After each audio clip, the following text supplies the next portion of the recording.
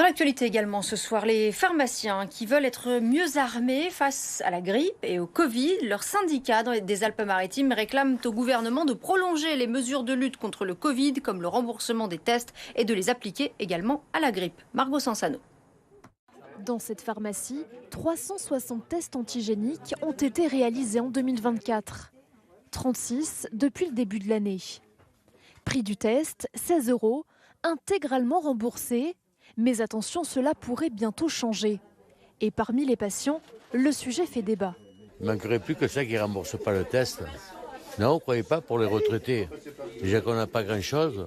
Payer, voilà, ça ne serait pas un souci. Non, ça ne serait pas un souci. J'ai les moyens, donc ça va. S'il faut les faire, je les ferai et je payerai. C'est pas grave, hein. C'est comme ça.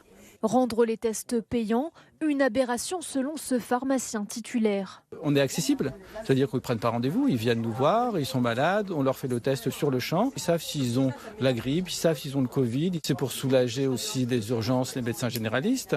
Les syndicats des pharmaciens en colère, ils dénoncent ce projet d'arrêté ministériel qui prévoit de modifier l'organisation et le fonctionnement du système de santé. Dans un communiqué, ils demandent le maintien des mesures Covid, mais aussi leur extension à la grippe.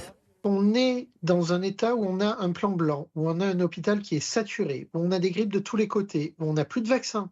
Et on a un projet de décret pour dérembourser, ce qui permet de faire de la prévention. Donc en fait, j'ai l'impression qu'on a des ministres qui ont un discours et que dans la réalité, on a une administration qui fait complètement autre chose.